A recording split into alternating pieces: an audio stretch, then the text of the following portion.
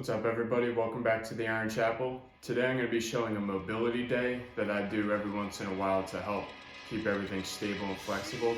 So mobility kind of has a spectrum between stability and flexibility, and I will refer to some exercises as hybrid, somewhere in the middle. But basically, for the ones on the stability side, if something is feeling like it's working harder to keep you stable, then try to do that more. And on the flexibility side, if something is stretching more and you feel it stretch more, then sit there and let it stretch out. It's basically, with mobility, is doing what feels right.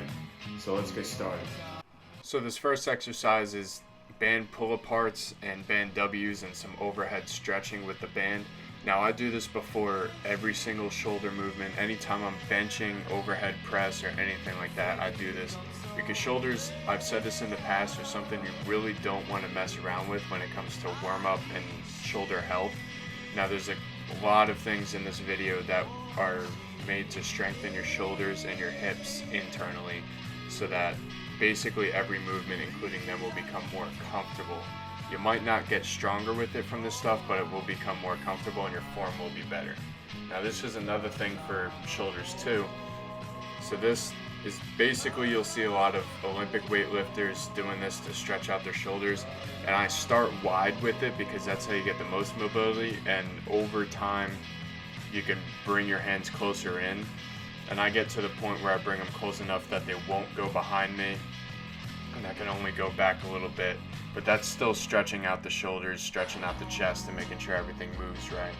So I also do an ATG full depth squat here. Now that stretches out all the tendons and ligaments in your knees and ankles, which is very important for doing any lower body work, because those, especially in the knees, your knees will tighten up really easy. And that's why a lot of people have bad knees, because they don't do enough mobility work and stretching in a full depth position. And also with the ankles, I'll do a couple more things later on in the workout to help the ankles out.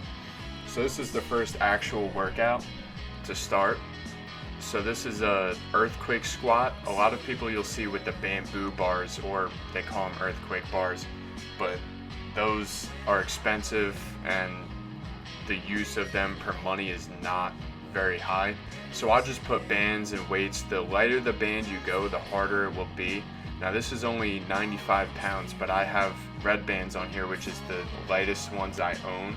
So that weight is bouncing around a lot. And basically I just go down to a depth with my normal squat stance and everything to the point where the weights touch the ground, because anything beyond that, you're just wasting your time and energy. But if you have tighter bands, you could get down lower because it's not gonna dip down as much, the weights. So the next here is a rotary cuff exercise. Now this will actually grow the muscles on the inside of your shoulder in your rotary cuff. So this is really important. I think all athletes should do this. I've started doing this recently, and I can tell you the improvements that I've made with this in shoulder comfort and health. Like, my shoulders are so much healthier and more comfortable, less pain throughout the day and everyday things. So I think this is something that is important for everyone. Basically, you just bring a knee up and brace your elbow on your knee. I like to put it on the inside of my knee, so I still have to hold it at the top and it doesn't just rest. But I'm using a 9-pound dumbbell right here. Titan Fitness makes some weird weights, don't know why, but basically this exercise is really great for your shoulders.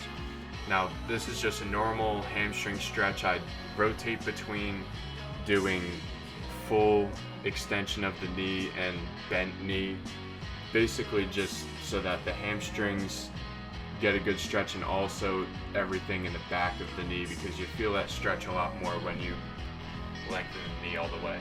So now this is for my ankle, like I mentioned earlier. I'm trying to get a good stretch on the calf and everything, and then here's for the front of the ankle, which is also something that is very undermined. And personally, I need to stretch this out a lot because it's always been tight for me, so I've been doing that a lot. And this is a quad stretch. So this, as opposed to having your foot flat on the bench, the front of your foot on the bench, you're on your toes and you're sitting on your heels and just leaning back. And see here, once I get far enough back, I put my hands on my heels so that I'm bracing myself. If you're on a floor, it makes it much easier. So face pulls are also another one. I'm sure a lot of you I think you've heard enough of this, but face pulls are great for your shoulders. Work your upper back, your delts, traps, and the inside of your shoulders too, in the rotary cuffs. And I also do partial Ys too. But here is a groin stretch, which is also great.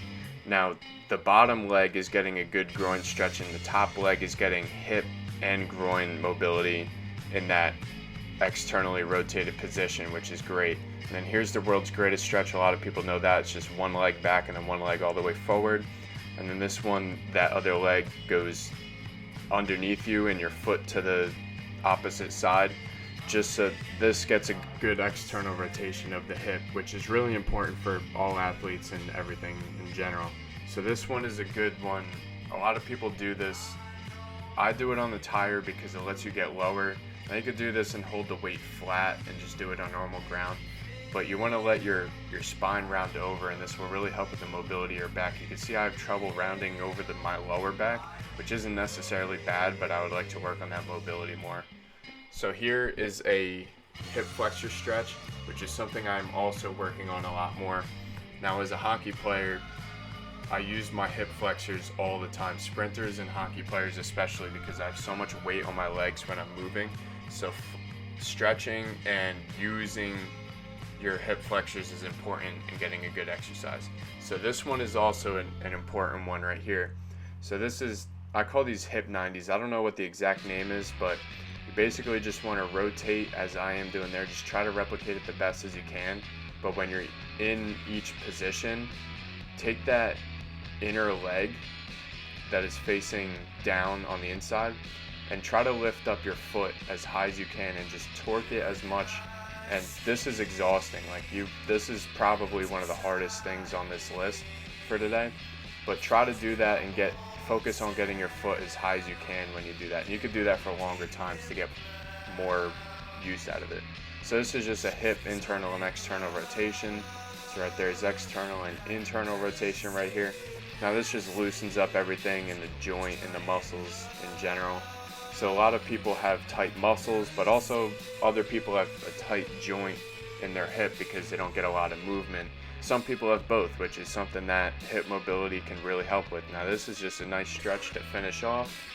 And then at the end here I show the screenshot of the program. And there's some other things that you can do at the end. You can use a PVC roller to help get any knots out. You can use a lacrosse ball for stiffer knots, which I also use. I'm not a big fan of most of those. I don't do a lot of massaging like that all the time. I do it when it doesn't feel good. Like if I'm squatting and my hip flexor feels tight, then I'll definitely roll it out, but not too crazy with that. A massage gun is also a good one to have, and heat pads for after your workout is great, especially if you're doing a lot of stretching like this. The heat pad really helps relax the muscle, as opposed to doing cold, which would contract it and basically just make all your stretching go to waste at that point. But some other points to take into account with this exercise is every time I wake up, at least an hour before I work out, and every time I go to bed, I do some kind of stretching. I don't do this whole program. I do a few hip stretches, quad and hamstring stretches every time, all three of those times before bed, after I wake up, in an hour, at least an hour before my workout, never within an hour of the workout, because then your muscles are in a different length and that turns your coordination basically to mush. So that's what I do. The full workout is not necessary all the time. For out of season athletes that are training full time for the next season, I would recommend doing this monthly or bi-monthly, like max 2 times a month you'll need to do something like this. That's what I would recommend. But in-season athletes, since you're taking a lot of punishment and going full out all the time, I would do this at least weekly, and if you can, do it twice a week, because you will feel so much better and you will perform so much better as well. So that's my, I guess you call it, rant about mobility. And just remember the flexibility and stability and hybrid spectrum that I mentioned in the beginning. That's a good way to pick exercises that go into your mobility day. Now these are just some examples. You could follow this mobility day. This is tailored to me, so what my goals are, but for anyone else that is trying to come up with a mobility day, follow some of these exercises, put some that feel good for you, and have fun stretching. We'll see you guys later.